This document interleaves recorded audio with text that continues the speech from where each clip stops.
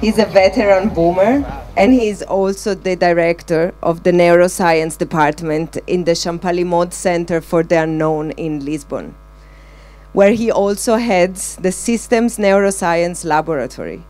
In this groundbreaking presentation, he will allow us to imagine the future of neuroscience and the limits of human consciousness. Please, ladies and gentlemen, welcome from the United States, Zach Meinen, The Future History of Psychonautics, Exploring the Mind. Okay, thank you. Thanks a lot for inviting me. I've never been invited to an audience that was seated, and I wanted to sit, but they said it wasn't going to work as well, so I'm going to stand. I apologize. Let me tell you just a little bit about myself. This is the Center for the Unknown. It is literally named the Center for the Unknown, and that is a picture of it.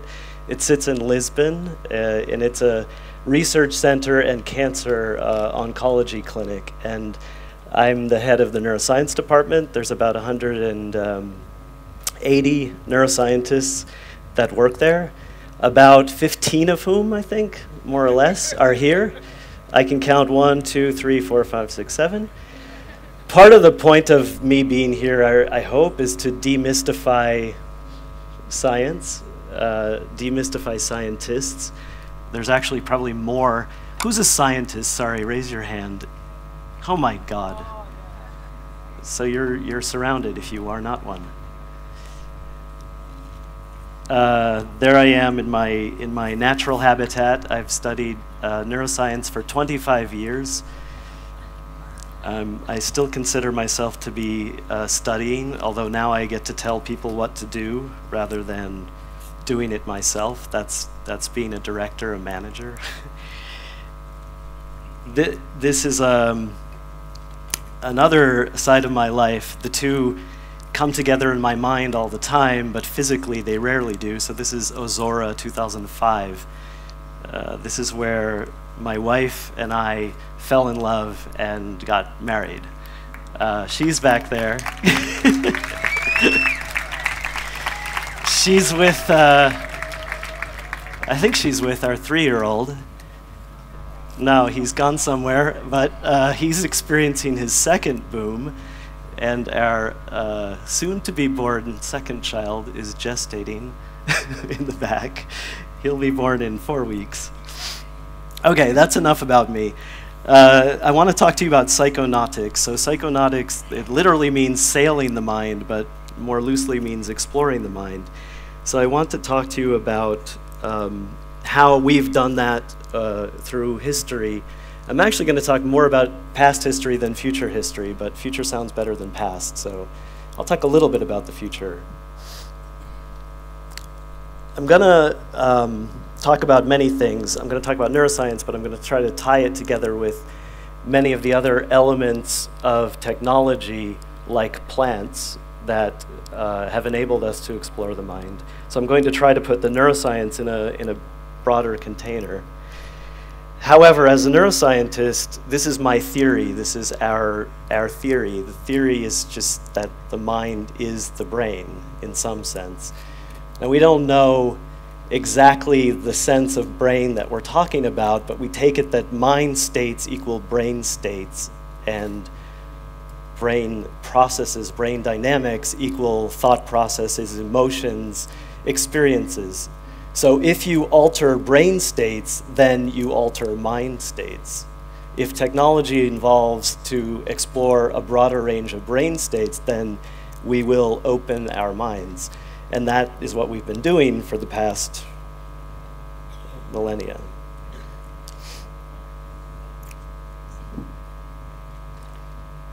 I want to talk about technology, and I want to say that I'm not advocating any particular technology, nor am I denigrating any particular technology. Technology empowers us to do things. It does not moralize. And I'm going to give examples where technology that you might consider good has been used for bad, and perhaps technology you might consider bad that could be used for good. And I think that's an important point. And I'm also going to talk about science, or I feel science is important in this. Science for me is about liberty. Science is about being able to know and to understand, and therefore to make choices that are better informed. So whatever you want, you should need to know. Science requires cognitive liberty. I need to be able to entertain any possible hypothesis, however strange. We as scientists need to demand that. We need to not be forced to study whatever is the current vogue. And you'll see, I try to put in context a bit how some ideas that seem non-scientific were once science and vice versa. And I also want to remind you that, or at least in my view, science is really just a professionalization of what your brains do anyway. Science is about perception, inference, and communication. These are what our brains do naturally. And science demands curiosity, creativity, and critical thought, all of them. And again, that is what we all have. So I want to democratize science. I also want to scientify democracy, but that's not this talk. So science makes us aware of possibilities, and that's why it is extremely, extremely important. It lets us be conscious of the choices that we make. That's the big picture of what I'm trying to say. I want to give you 6 vistas of the mind. It's 6 parts. It's going to be a bit fast. I am not going to show any graphs. I'm only going to show pictures. I'm going to try to give you an impression of 6 different ways that one could conceive of exploring the mind, and 6 different ways that the mind has been explored. Let's start with the mechanical mind. This is going to start a bit like you expected, perhaps, but let's go back to Hippocrates. So Hippocrates, who's known as the father of medicine, is the first person, or one of the first, credited with equating the mind with the brain. Socrates, Aristotle, more famous perhaps than Hippocrates, believed that the brain cooled the blood. So Hippocrates and Aristotle were approximately contemporary ancient Greeks. They had quite different views on this. The brain is, of course, densely innervated with blood vessels. We now no longer believe that the brain's function is primarily to control the blood, but as you'll see, this comes back in an extremely prominent technology that's very widely used today. So we speed forward to the 1800s. This is an image from a famous case. Many of you probably have seen this. Antonio Damasio wrote about Phineas Gage, for example. So this is Phineas. He was a railroad workman. Sorry, a little ringing from the microphone. Phineas had a railroad spike driven through his brain like this. Remarkably, the thing came out. It left him not unharmed, but walking around. He used to carry the spike from the railroad explosion around with him the rest of his life. Absolutely crazy, right? But what was remarkable was the changes that occurred in his behavior were subtle but noticeable. There's a lot of debate in the literature about exactly what those were. But this led to, and along with other cases, an idea about localization of brain function that is sort of most famous in this diagram. This is Brodmann's diagram. This is from 1909. So basically you have these different parts of the brain, and each part is ascribed a different function. But this diagram, it's actually first not functional. In 1909, we didn't know that much about which parts of the brain did what. Second, it's still enshrined in our work today, so we still use Brodmann's areas 100+ years later.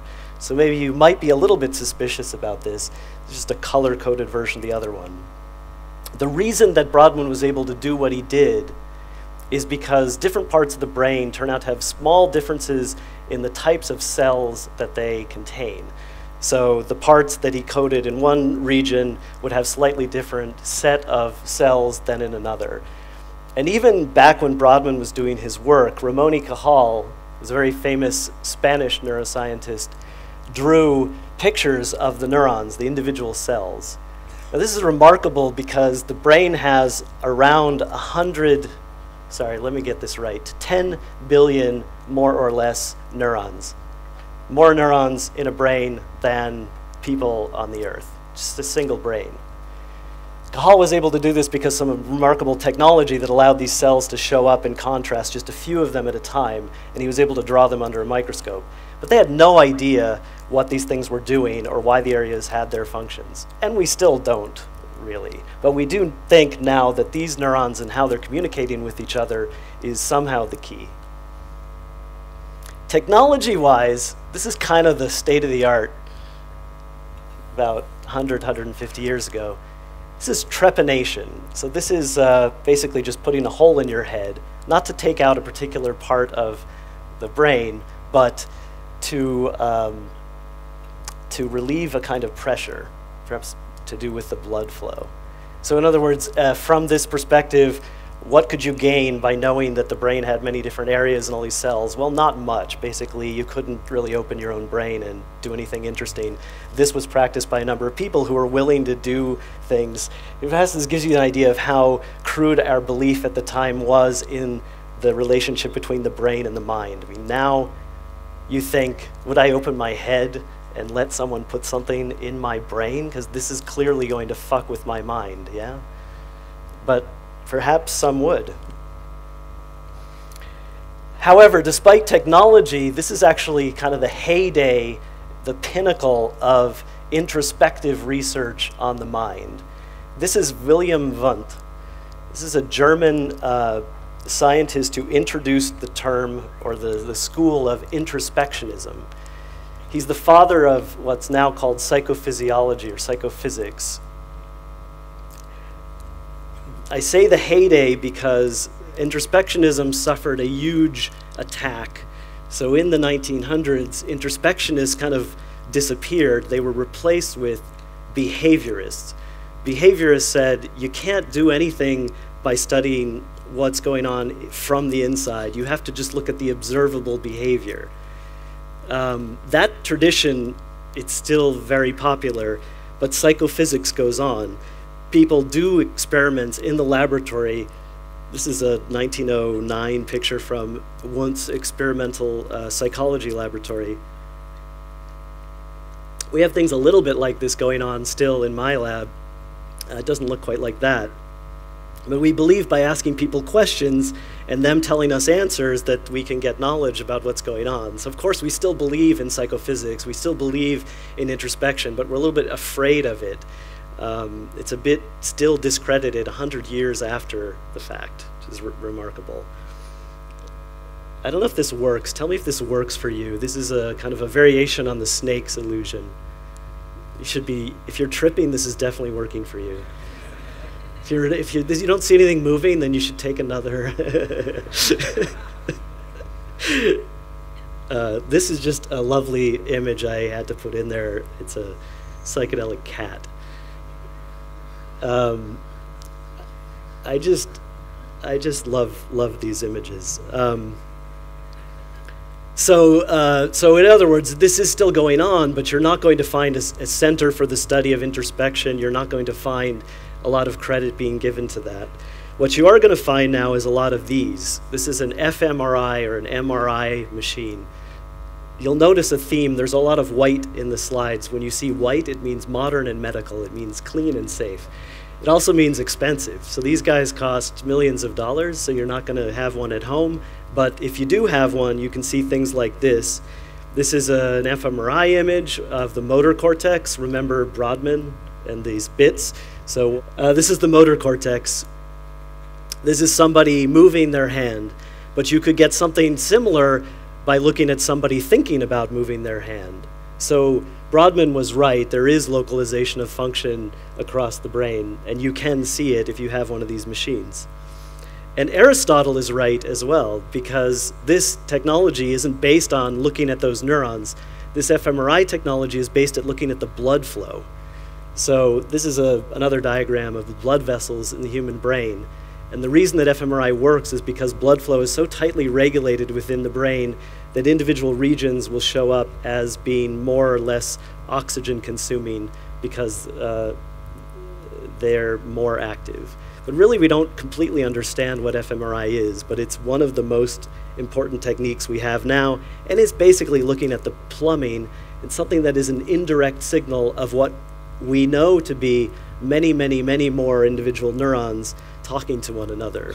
So in other words, these studies which come from fMRI, we really don't learn so much.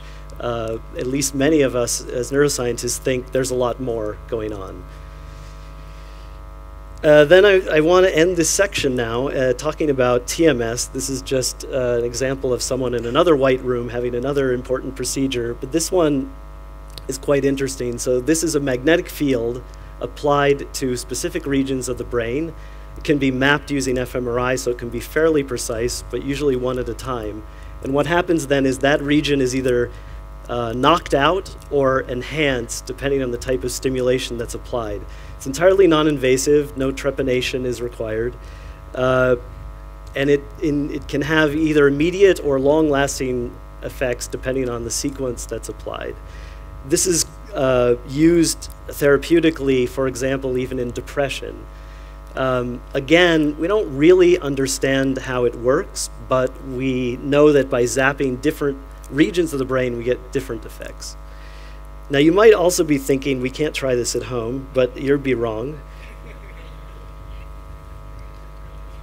This is actually a home-built TMS. You can find this on YouTube. It's a how-to. You can build one. It's actually not that complicated.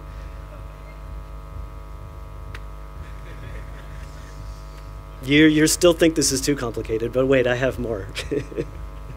Okay, so let's go back. Let's go to the next section. That was the current technology in Brodmann's sense and mechanics sense. Let's go into chemicals. Chemistry is from alchemy. Alchemy literally became chemistry. Many of the forefathers of alchemy forefathers of chemistry were alchemists, even at the time when they were inventing chemistry. So if you think alchemy is spooky and weird, then you should also think chemistry is spooky and weird. I think chemistry is spooky and weird. This is Robert Boyle, 1600s, considered the father of modern chemistry and an alchemist. This is, as far as exploring the mind goes, one of the most important inventions, if not the most important invention ever. This is LSD-25, two different versions of the molecule. This is the inventor, Albert Hofmann. Albert Hofmann synthesized these molecules. They didn't exist before, so he opened up some kind of alchemical window into the world. Interestingly, it took him many years, several years, I forget the exact number, between when he synthesized the thing and when he discovered it. You've probably seen this, not in a research context, but perhaps in another context. But this illustrates, for those who might not have heard the story, Albert Hofmann's famous bicycle ride. So he had accidentally ingested a minute quantity of this substance, so small that it was impossible, effectively, that this could have caused any reaction in his brain. That's how powerful the thing was. He was on his bike ride home, and he had this amazing trip, and that's how he discovered LSD. If he didn't do that, we wouldn't have LSD. It wasn't discovered by giving it to animals. Okay, so you all know about these drugs, and I suppose you also expected me to talk a lot about it, but since you're all experts in this, I'm going to talk a little bit, but not so much. This is Albert Hofmann. I love this picture.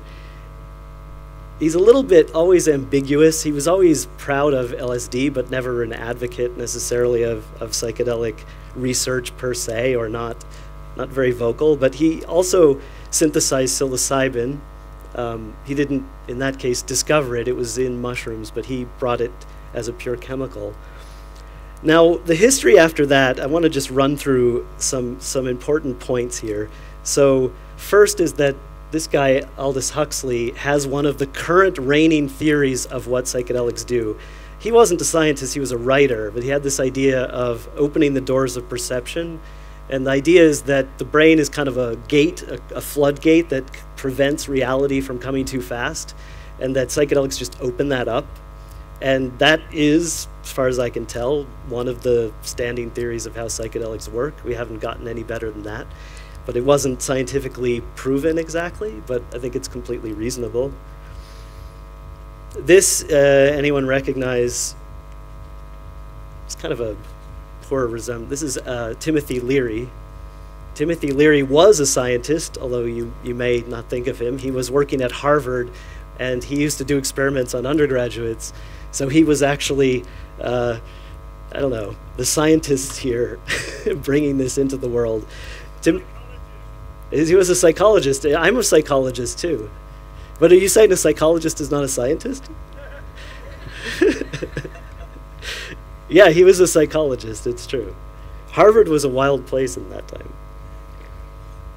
Okay, but here's something that some of you know, maybe some of you don't. This is how LSD was introduced. It wasn't by Timothy Leary, it was by the US government. This is, I don't know if you can read this very well. This is a joint hearing of a select committee on intelligence from the 70s when they shut down the program MK Ultra. So MK Ultra, you can look this up on Wikipedia, you can download this PDF with the report. MK Ultra was the CIA's mind control program. And if you ever thought that the government was capable of dubious things, this is, in my view, perhaps the worst ever imagined. So it was routine in the CIA, within the CIA itself, to give unsuspecting CIA officers hits of LSD in their coffee. There were CIA officers who committed suicide. There was at least one that committed suicide because of being slipped LSD in his coffee and not being told. There was a lot of practice of giving psychedelics to unsuspecting people because the government was very interested in whether LSD could be used to debilitate the enemy. The enemy was the Soviet Union. The Soviet Union was thought to have tried to control the world market in psychedelics and was going to stockpile them, I guess, and then release them on the planet. Wonder how it would have turned out if that had happened. But actually, all joking aside, MK Ultra is absolutely vile. Most of the documentation was destroyed, but not only CIA agents were targeted, but average people were exposed to combinations of electroshock therapy and LSD over periods of weeks, were exposed to LSD over periods of months daily against their will without being told. Absolutely insane. So you think LSD is a potential for great goodness. What if we gave LSD to all those guys now? This would be great. But the government can also see LSD as a demonic tool. So there's the sense in which technology doesn't come in good and bad. I don't know, perhaps some of you think LSD is bad, but it is neither. It is a powerful tool. Okay, what does LSD do? Most of you know this. This is a synapse. LSD acts at synapses, but if you thought there were too many neurons, and we think there are too many, there are about 1,000 times more synapses in the brain. And each synapse is a specific channel of information between two of those 10 billion neurons. So about 1,000 connections per neuron. And LSD just bathes all of them in a chemical and affects what's going on between the synapses. This is the sending side, where globs of chemical transmitter, in this case serotonin, would be waiting to be sent to the other side or to diffuse away and to bind to receptors. The current scientific reigning theory of LSD is that it binds the serotonin to a receptor, one of 15 types of serotonin receptor, 15 types. One of them selectively binds both LSD and DMT in this case, the more elaborate model. Given the complexity of the brain, in terms of the numbers of neurons, the complexity of the circuitry, the fact that this simple molecule could do what it does is completely bizarre to neuroscience. The best we have in explaining this so far is perhaps this study from 2012, one of the first, not the first, using fMRI, which I mentioned earlier, to study the decreases and increases in blood flow in the cortex, in this part of the brain. And basic conclusion of the study is LSD decreased activity throughout the brain. Decreased activity in the frontal cortex, decreased activity in parts like the anterior cingulate, blah, blah, blah, blah, blah. But what does this mean? Well, we could say that the brain was the control gate, and now we have proof that LSD has closed the control gate, but I really don't think we know. There's another study using fMRI, and actually I have to correct myself now. This is psilocybin, not LSD, but we take them to be similar. There's another study showing psilocybin increasing activity in parts of the brain. This one said decrease, so we don't know yet. I want to finish with a little bit more about psychedelics. So these guys, many of you know, Alex and Anne Shulgin. Sasha Shulgin died this spring. His memorial was just a few days ago. Wrote this book, absolutely remarkable book. If you are interested at all in psychedelics from any perspective, you must own this book. It's a chemical love story. What's remarkable about it is it's a combination of chemical recipe book and personal experiences of the substances. So these guys, and the two of them together, he's the chemist, but they would take these substances together, did an amazing body of research. I mean, outstripping every pharmaceutical company. Of course, few were probably working on this area, but absolutely remarkable what a guy did in his garage and how they did it. So all the four-letter acronyms, or many of them that you now have, your 4-ACO-DETs, your blah, blah, blah, blah, blah, all of those research chemicals pretty much due to the work of those guys. Absolutely amazing.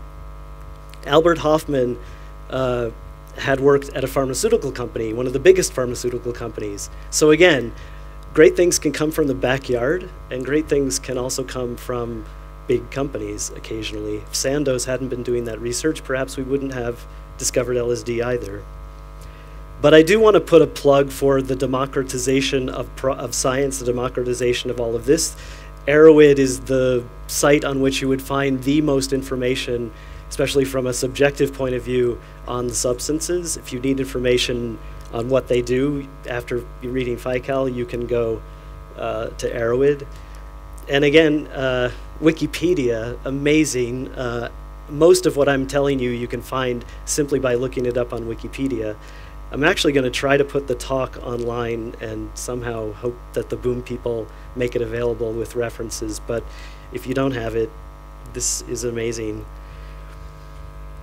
Okay, let's go on now to the electrical mind.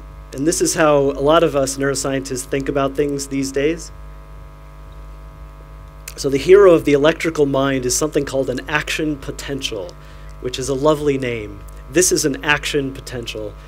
It is a blip on an oscilloscope, a ray of electrons drawn on a phosphorescent screen, which would be great to see at one of these things. It's about 1 millisecond long, so about 1,000 frames per second, if you want to think of it that way. And it's a tenth of a volt, so it's much smaller than your batteries that you've got, which are like 1.5 volts. So these are really small things, and they're hard to see. So it wasn't for many years that scientists were able to start measuring them. And it turns out that these things are shuttling, or the way we think of it, they're shuttling information around between cells, these tiny blips. This is John Eccles. John Eccles actually worked mostly on the synapse, but he got the Nobel Prize in 1963 with Hodgkin and Huxley, who worked out how these action potentials operate. But for our purposes, what's not so important how they operate, but it's this idea that it's electrical discharges whizzing around the brain that makes it alive. It's this sort of enchanted loom of electrical activity. And now we've gone from this pharmacological view in which the brain is just a vat of chemical down to this thing where it's like little creatures talking to each other. What can you do with that? Well, actually, not so much, but some things that are quite important. So this is a surgery being done to insert an electrode in a person's head. This is done primarily for two things. One, for epilepsy studies or epilepsy cures. So epilepsy is a malfunction in the electrical discharges in the brain. In order to find out if someone has epilepsy, how to fix it, you have to record those discharges. This is, however, deep brain stimulation, which means you insert something quite far down, deep, particularly in the basal ganglia. If you put an electrode in the basal ganglia and you stimulate, you can make someone who has Parkinson's, a severe debilitating movement disorder, be able to move again. So it's again this sort of Brodmann idea, the bits of the brain, they each do different things. And if you stimulate the right part of the brain, which could inactivate it or activate it, then the whole life of a person could be changed. It's not only for Parkinson's, it's also being studied for depression. So rather than giving someone, say, Prozac or talking to them, another way that you can treat depression is by sticking an electrode in their head. Who would have thought? And if you stick it in the right place and you stimulate, you can actually see people wake up. It's absolutely amazing to see the videos of the people describing their experience. If you stimulate the right way, and again, this is people talking about their experience. If you stimulate the right way, they go from catatonic depression to elation. Okay, but that's too much for most of us to stick something in the brains. But there's another electrical idea that's been around for a while that's also quite important. That's the EEG. So this is a slide from one of the first EEGs ever taken, and it's a potential that can be read from outside the brain. It stands for electroencephalogram, EEG, and that is what it looks like on the oscilloscope or a computer. I have to mention this guy. This is Hans Berger. So Hans Berger is the first person to do EEG in humans. So he did this in the 1920s. And the remarkable story is, why did Berger do this? Well, to make a slightly longer story short, he was hit and nearly killed by a horse-drawn cannon in a military operation. He survived, but his sister, at that very moment, was trying to telegraph him. This was the modern technology was telegraph. So at that very moment, she was trying to reach him, and she brought to him some kind of concern. How did she know he was hundreds of miles away, that he was in danger? How did she happen to call him on this particular moment? He thought that this was such an amazing coincidence. He was so inspired by this coincidence that had come to his life that he set out to try to understand the sort of neural basis of this psychic transmission, and eventually ended up inventing the EEG. And this is what he talked about, is why he did it on his close to his death. So EEG, unlike deep brain stimulation or MRI and so on, is harmless. So this is a baby wearing an EEG setup. This is a cool picture of a person with a whole lot of EEGs. The problem with this technique is you can't really see as fine resolution as you could if you stuck something inside, but you get a lot of waves. That's what it looks like. So you have a lot of these waves, and you can then study them mathematically and try to understand, try to pinpoint where they're coming from. This is a now in applications, this is a commercial EEG device. So if you want to study the brain correlates of your psychedelic experiences, you can arm yourself with one of these. Does anyone have one? Yes. With you? No. Too bad. Next time, 2 years from now, bring yours. They're not so expensive, a couple $100, bucks, something like that. They don't come with the model.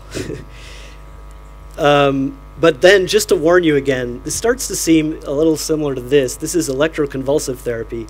This is now, what if we reverse the current? Instead of looking at what's coming out, what if we put current in? So this is where a person is shocked through their head. Electrical discharge goes through their head. This is not someone having psychic surgery to, in a prison or in a mental hospital. This is a patient having electroconvulsive therapy for depression. So electroconvulsive therapy, it didn't disappear with One Flew Over the Cuckoo's Nest. It still goes on. People, even psychiatrists themselves, put themselves into this procedure in which they're shocked so strongly that the teeth clench. You need to have, well, she doesn't have, but you have a bite bar. It's very violent, but for severe cases of depression, again, people are willing to do this because it works, or at least it works for some time. But let's say if we turn down the volts a lot, if we turn it down from thousands of volts down to a few millivolts, now we have something that you can again build yourself. You can again buy on the internet. Actually, fairly recently, I just ordered one of these myself. So this is called transcranial direct current stimulation, or transcranial alternating current stimulation. And it really sounds like science fiction, but there are quite a few studies showing that it does something. So it's kind of a headset. It's a bit like wearing the EEGs, but now you apply a current between the two sides of the brain, and over a sustained period, the application of this current changes your brain state in some way. You could imagine changing left brain versus right brain. You could imagine more sophisticated setups. Remarkably, there's a paper published very recently, 2014, showing that transcranial alternating current stimulation in the range of 25 to 40 hertz increases lucid dreaming. So the paper put people who are sleeping with one of these headsets, and then they stimulate when they're in REM sleep at 25 or 40 hertz. They did controls that didn't receive stimulation. And the subjects that received this kind of stimulation reported awareness, control, other aspects of dreaming were enhanced. What can we do with transcranial direct current stimulation when the technology is a bit more mature? It's only a few years old. This helmet doesn't exist, but this is sort of an imagined transcranial stimulation helmet where you might be able to apply much more sophisticated patterns. Now, in terms of future technology, I think this is happening. I don't know what it's going to be possible to do, but I think it's conceivable that with transcranial stimulation of this type that we could reproduce states that were previously accessible, say, by psychedelics. I think you could produce a psychedelic state by transcranial alternating or some other version of this technology. It's a technology that is basically just a program. You have this device. What you do to the brain is not a new chemical, it's not a new substance, it's not a new device. It's just a change in the code, how you stimulate, which frequencies, which pattern. Could you produce a trip with this? I don't know, I think so, maybe. Someone has got to find out. Okay, I am now in the biological mind. Mushrooms are important. Mushrooms can be considered a version of biological technology. Many of you are familiar with this man, Terence McKenna. Terence McKenna popularized the idea that in some way this technology helped our species to evolve. We don't really understand how our species evolved, but it's a reasonable idea.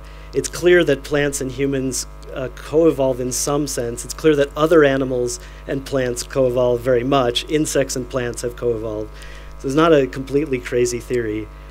Again, a gratuitous slide of art that I couldn't resist.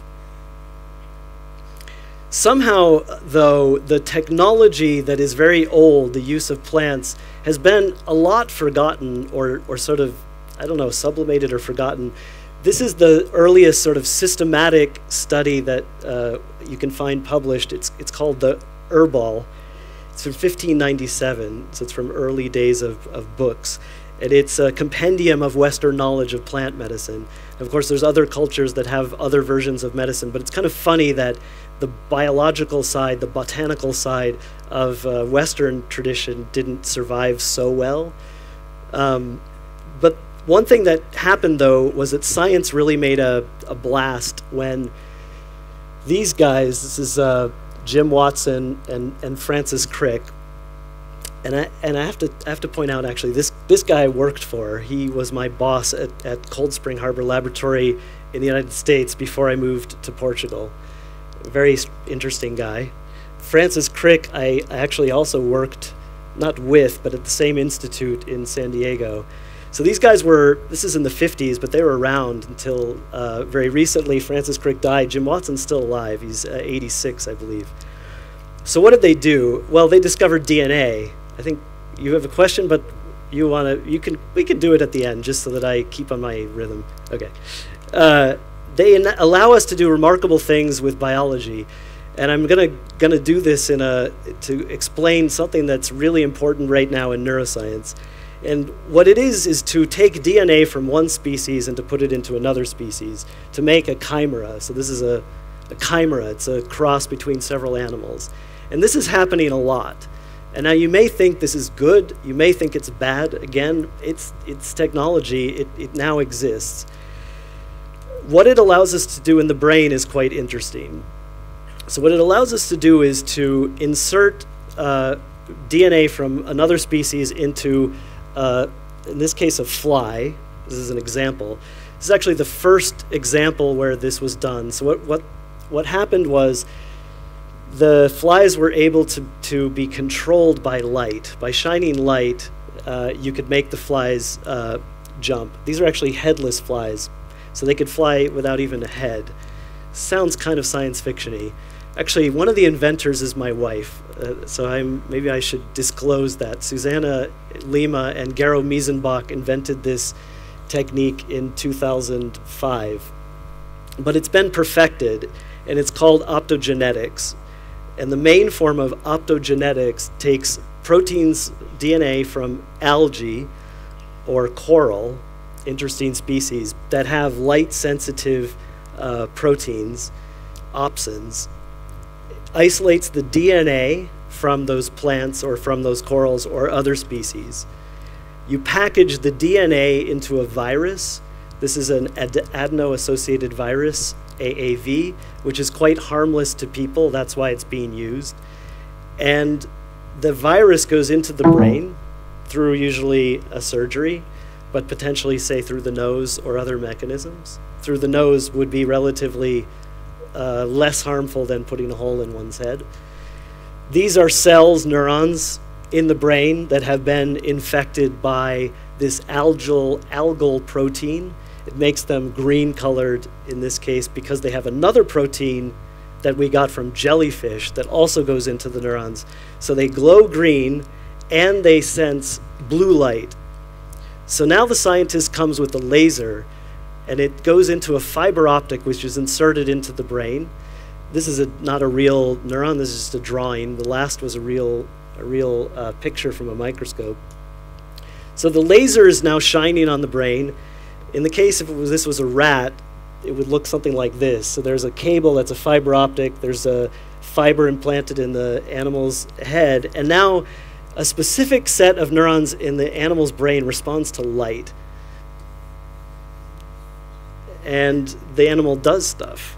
You can make animals turn right or turn left. You can make them experience essentially different brain states. So it's a technology that allows molecular genetic precision in what happens within the brain. One of the things that is being done with this technique is to find out what different types of neurons do. So we have these tens of billions, and they come in not only different areas, but different genetic types, different receptors, different behavior, different types of patterns of those action potentials. These are serotonin neurons.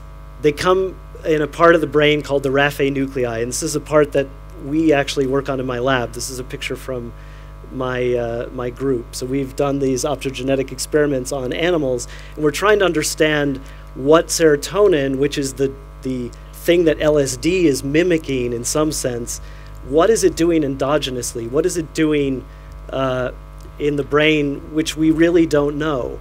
We want to find out why LSD does what it does. We need to understand why serotonin neurons do what they do. This technique, you may now be freaked out, like, why are we doing this? If you don't like genetic engineering, if you don't like biotechnology, you certainly don't like this. This is a picture of a retinal degenerative disease. This is retinitis pigmentosa, I believe. This is what is being targeted with optogenetics. It's possible to cure people of blindness using optogenetics. There are already clinical trials underway to put pigments that respond to light back into eyes of people who no longer have them and to restore sight. It looks very promising. It uses exactly the same method that I told you. So again, the tool can be harnessed to great good. It could also be harnessed to great bad. This is a backyard optogenetic setup. This is a $500 device. It uses photodiodes, which you can buy for a few dollars. It uses some other circuitry. This lets you do the fly experiment in your own home if you like. So in theory, if this technology got out, people could do optogenetic experiments on themselves at home. It's not impossible. This may be the future. This is a slide imagined in a magazine of, I guess it's a woman communing with a monkey. I'm not sure, and the rat is there. It's a little bit bizarre, but I think kind of a nice image somehow. What are we going to do with it? It's up to us. It's up to you. We don't want the government to tell us what to do, but we need to understand it to be able to make the choices to do something that is going to bring health and to bring reduce harm, to produce openness in the mind and not to close it off. Quickly, as I'm using some of my graced minutes that we started slightly early, perhaps, the universal mind. This is something I want to just go through very quickly because I think it's a little bit less relevant at this moment, but it's something very much in the mind of science fiction imaginers. This is a meditation. This is a way to explore the mind. Meditation is fantastic. Meditation gives insight directly. Meditation, in the view of Eastern philosophy and many, many practitioners, exposes you to the truth that there is one universe. There is not many consciousness, but one consciousness. This is the unity of the universe. This is quantum physics. This is just a picture to illustrate quantum physics.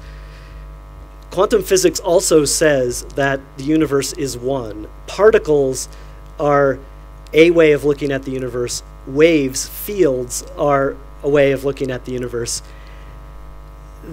These two are compatible, but the wave-like nature of the universe, according to quantum mechanics, ties everything together.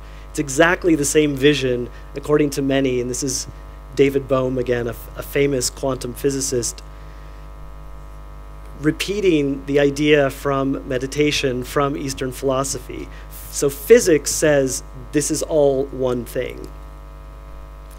So technology, what about technology? So here's another technologist. This is Alan Turing, one of the fathers of information theory, computer science. So Alan Turing essentially helped to birth the idea of a universal computer, of information processing as a universal truth of mind.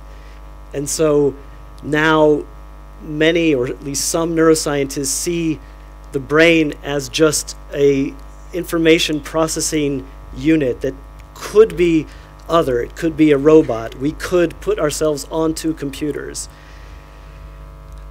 I don't know. This is not happening now. This is not going to happen for some time. Most of the technology that I'm talking about is far, far closer to reality than beaming ourselves onto the internet. It is an interesting thing to imagine, but it is not something that I think is as pressing or important. Nevertheless, studies go on with this technology to interface with the brain to produce, for example, a cure for paralysis. So here's a brain-machine interface in which, by hooking in the brain to a computer, a woman can be made to control a robotic arm. So in some sense, brains and computers are merging. This is happening. Conversely, brains are inspiring computers. We're figuring out that computers don't have to work the way they do. They can work more like the brain. This raises the idea of artificial intelligence that may be more like us than computers are. Then finally, and I want to emphasize this, especially as a father of a young child, computers are affecting us even without getting inside our heads. I mean, you all know this. The technology is infiltrating our lives. I sometimes am very nervous with the attraction of Kaio, my 3-year-old, to the iPhone, the phone, the iPad, the phone, the iPad. These are being designed to addict us, right? And they do. But again, my message, we can't let this technology drive us. We need to choose to drive the technology. We can do amazing things with these devices. We just need to take them and to understand how to use them in order to bring about the things that we want and not to let them be Googleized into something that we do not want. This study, by the way, shows that video games, which you may think are harming your children, can actually produce increases in cognitive speed, increases in processing. They make people who are heavy, especially for these kind of fast-paced first-person games, they make them literally faster on other things. They make their minds better. So perhaps this technology can be harnessed to make us better in some sense. Maybe you don't want to be faster, but what is your idea of better? This technology maybe allow us to be more together and not more apart. So that brings us to the last section, the collective mind. This is the final way I wanted to describe conceiving the mind. This is an image from a depiction of a peyote ritual. So peyote ritual is a collective ceremony in which, for hundreds, thousands of years in the Americas, people ingested the substance and experienced together visions. This is called sometimes a trance. This is another trance. This is a Sufi tradition. Here there are no drugs necessary. Here spinning, whirling is sufficient to produce a trance. So here is a social technology, sometimes with drugs, sometimes without drugs, but always with people coming together in some way to produce a change in mind state, in the collective mind. Lest you think this too is all only good, here is an image from the 1500s when it was first recognized that a trance state could be used to produce a state of battle willingness. Trance using heavy drums, especially a bass pattern and a snare, together with high flutes and other high melodic elements, would produce in soldiers a willingness to go and kill people. They were induced into a trance state in order to do that. We do not understand very well the trance state, but one idea is that synchronization of rhythms within the brain, and here's a depiction of that, creates some kind of unity amongst the people who are bound together by this rhythmic activity. Some of you may have experienced this recently. I hope some of you will experience that after my talk. Our technology, the technology we're using here, some date it to Goa. This is a picture I found from 1991 from South Anjuna. How many of you were in Goa? I'm curious. More scientists than people who were in Goa. Okay, it's a good, interesting thing to know. So we practice this technology, and then just my last few images, I talk about the other element of the technology. That is the shaman. So this is a shaman, an early shaman. It's a depiction of the oracle from Delphi. So she was a shaman. She brought visions into the people. She helped to create Western philosophy somehow. What is a shaman? It's somebody that experiences altered states somehow, not necessarily by drugs, but by some methodology, and then brings the wisdom back to other people, it somehow brings that together. Remarkably, shamanism doesn't seem to have a particular origin. So there are shamans from, in this case, North America. This is a depiction from the 1500s, from Siberia, from South America, from Africa, from all over. There have been people who have brought these visions back and influenced others. This is the shaman, our shaman. This is a DJ in Goa. This is a guy called Laurent that was a DJ at the time. He helped to invent this style of music that happens in the dance temple. Here is the dance temple, the point of view of the shaman, the DJ or the producer of music. He's bringing something to the crowd.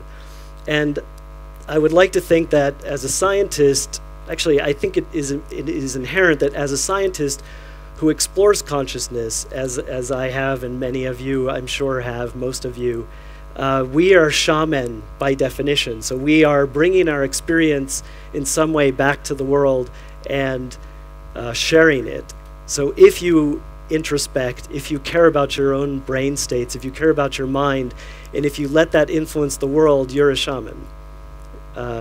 You have a great responsibility, as does the DJ, to keep the crowd to do good and not evil. So that's how I want to end. I actually just want to say one last thing, which is just this image. I couldn't resist. I can't quite know what to say, what this means exactly, but I just love this image. So I'll leave you with that. Thanks.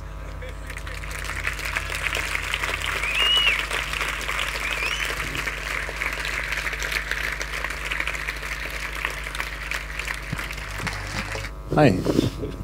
A comment and a question about the military musical tradition.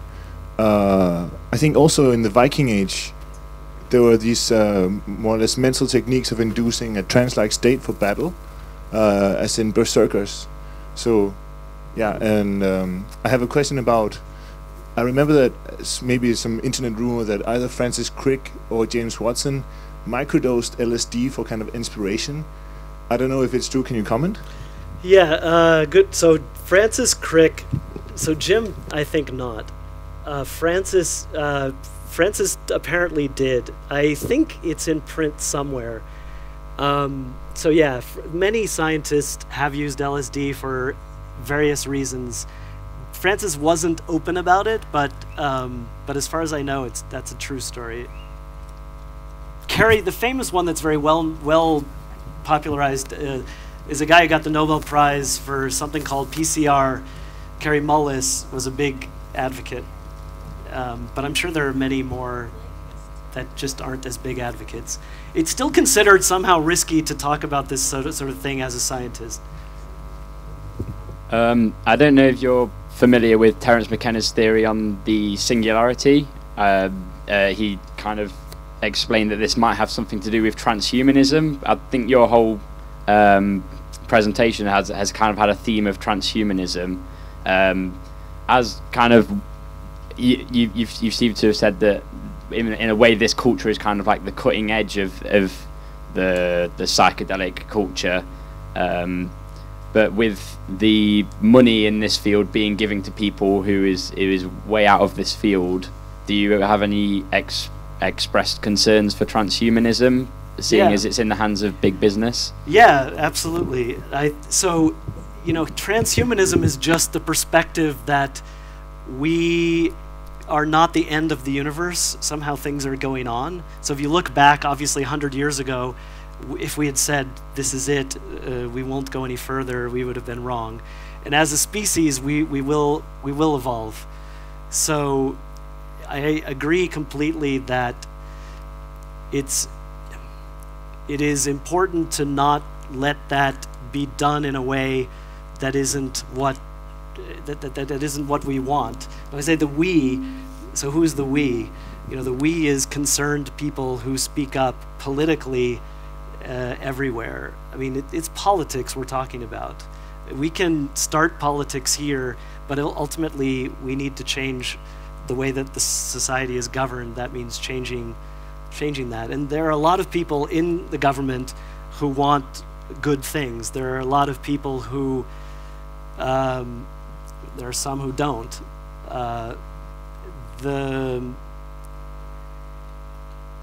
I'm not sure what statement. I mean, it needs to be done by people who are in control of things and by people who are not, by people wherever they are, to look ahead and to see what we want to avoid and to see where we want to go. So I guess I'm calling on people who are scientists to do that, and I think we do. Sometimes we just think that we can't control things. I think all of us, no matter what our position, think somehow they out there are controlling us here. And oftentimes you are in fact in control of something and you just don't take control of it. So I'm trying to do that. You are trying to do that. Don't make Boom a vacation. Make this part of your life. Just like that.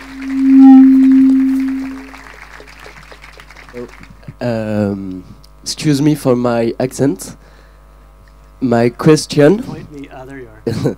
is the waves, cerebral waves, do they transport information, and this information can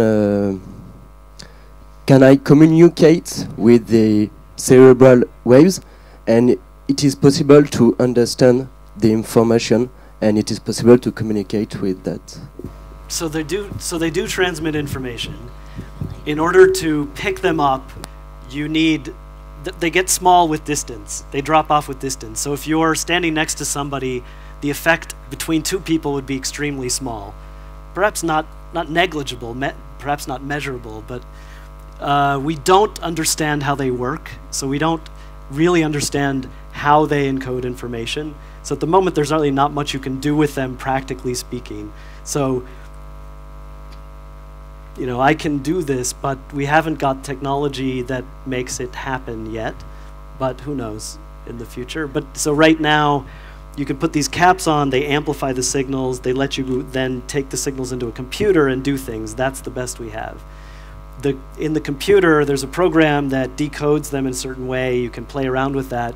You can try to get more information out of it. So there's a whole bunch of work to be done trying to piece that together. But we're so ignorant of how the brain works. We're so, I hope I conveyed that to you. I perhaps maybe criticized by some neuroscientists for giving an overly bleak picture, but like we really haven't a clue about most of this. So there is so much to be discovered that I'm not willing to say that much is impossible. Almost anything is possible. But then again, there's a lot of people making claims about the way you could affect things with this or that based on theories of this or that. That's even less plausible at this point than, you know, mainstream science. Mainstream science does a pretty good job of telling you what you can believe. Not a perfect job. There's always stuff that hasn't made it into the mainstream and that will become amazing. So the future, who knows? Right now, not much. Thank you very much. It was completely fascinating. Thank you about the ending. Very much like it. I'm at a complete loss as to where you are. Over here. Yeah, I like the ending very much.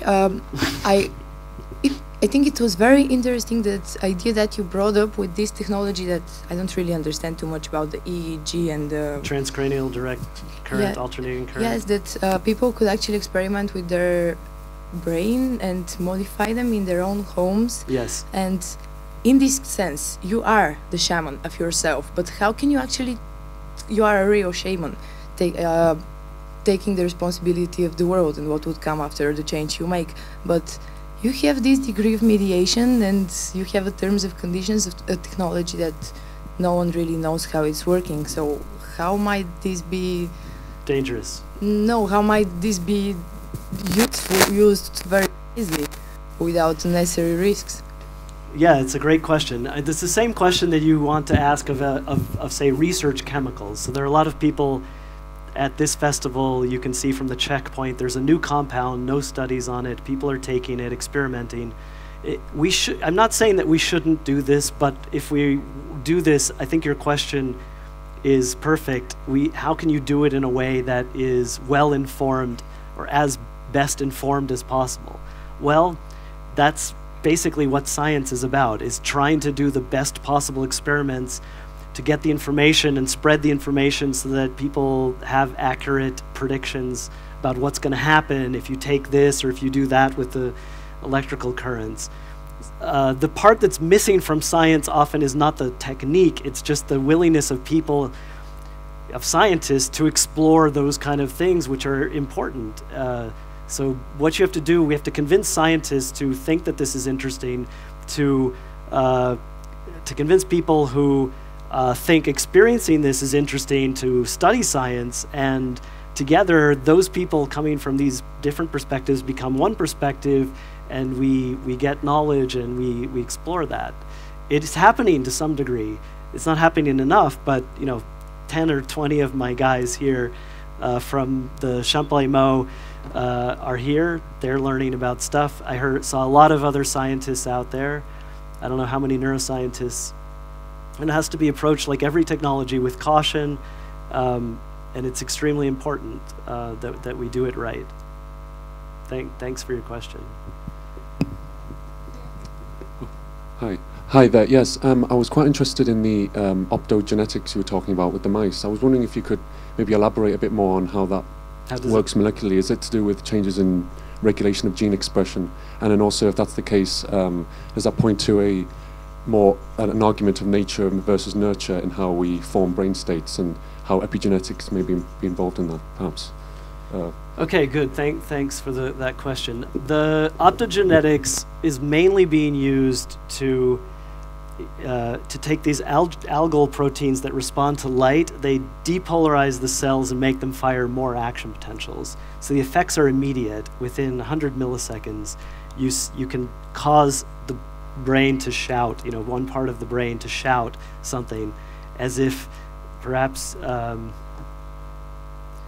as if something just happened to you, for example. Now, if you do it over a long period of time, you may induce further changes in the brain that may be compensatory, or they may be other, which is true with drugs as well. If you ingest drugs, you have an immediate effect, and then often you have longer-term effects that would involve changes in expression of genes. So the brain is always being regulated on this fast time scale, and then on slower time scales, there's changes always going on. There are technologies for inducing gene expression directly as well, but the one that I was referring to with the light is primarily this fast stuff. Thank you for your beautiful lecture. I'm a neuroscientist and a psychedelic lover myself, so I was wondering, have you already used your own transcranial current directional device yourself? No, I haven't used it. So I ordered it like last week. You don't dare to do it yet, or? No, I would do it. I mean, these things are very like literally, it's a little battery. It produces no, like, has anyone tried it? No one's tried it? There you go. Yeah, so someone who's actually tried it could explain what it does, but it doesn't produce a huge blast. So I was planning to try it. We haven't got one yet. Okay, thank you. Would you? TMS, on the other hand, so the one I talked about, TMS, I was thought about it. I'm not sure if I would do it immediately, but I probably would try it. But that's much more invasive seeming. It's kind of a powerful thing. You wouldn't do that. Okay, thanks. Okay. Hi, thanks for the lecture. It was really, really good. I have a question. What do you think about the theory that you can tap into the quantum field with your brain? Like what people who are talking about interpersonal psychology, like Stanislav Grof or Terence McKenna said, like that you have like a soul, a world soul, where you can tap in with your brain as a kind of a receiver. What do you think about this one? Physics certainly doesn't say, physics does not rule it out. Physics says things are connected. The individual, the head is like this. We often think the individual is the brain. Physics says everything is connected. So how do you do it? What is it? What is the theory that says how you do it? What exactly is it? That we don't know. So actually in my group, and I see Leo is a student who's here from my group, is doing a project trying to look at whether quantum equations describe better a series, the answers to pairs of questions can be described either using probability theory or using quantum probability theory. And there's an attempt now to see whether quantum theory can make predictions at this level, this behavioral level. And there's some argument that it can, which would imply quantum-like effects at a sort of global state. So we have to see. I don't know. This is all very, quantum mechanics, very interesting, very poorly understood, not enough research. There's a bunch of theories. There's microtubules and quantum effects that has been controversial, needs more work. There are interesting ideas about pilot waves. You can see quantum effects in liquids macroscopically, type pilot wave experiment, fascinating. Basically, we don't really know. But I don't want to say we know it's true, but it's worth exploring more. Thanks for your question. Thank you for very inspiring and provocative presentation. Thanks, Manuela. Going back to the image of the woman with the monkey, I was wondering why there is not much more research on the telepathy or the psychedelic field. Like, you didn't speak about mirror cells, or why isn't there more research on psychedelics, for example? Psychedelics, the history of it is there was an enormous amount of research in the 60s when the US government was doing its own research. A lot of other scientists were doing their research. In the 70s, when this general ban on drugs came in the US, and I guess I'm giving a US-centric perspective, but that kind of shut down psychedelic research. Thanks to people like Rick Doblin and the MAPS, yes, thank you. I don't think Rick is here. Rick is someone that comes to Boom regularly. They've been promoting psychedelic research in the US and abroad, and have had quite a success in getting people to listen and to consider it. So there are studies underway using psychedelics for a number of things. And in fact, according to Rick, there's a great openness of the US government, the same one, to funding such studies. Since a few years ago, when the FDA basically said there's no reason not to allow scientists to do this, the government has been willing to do it. So you need proper protocols, you need approvals, you need to have a reason to do the experiment, but in principle they can be approved by university and done in a scientific context. So that should happen now more. I mean, it's still laborious to get those kind of experiments approved, as it is difficult to get any experiment on humans Kaio! Approved, but it can happen. I guess that's it. Thanks a lot. Zach Main, round of applause.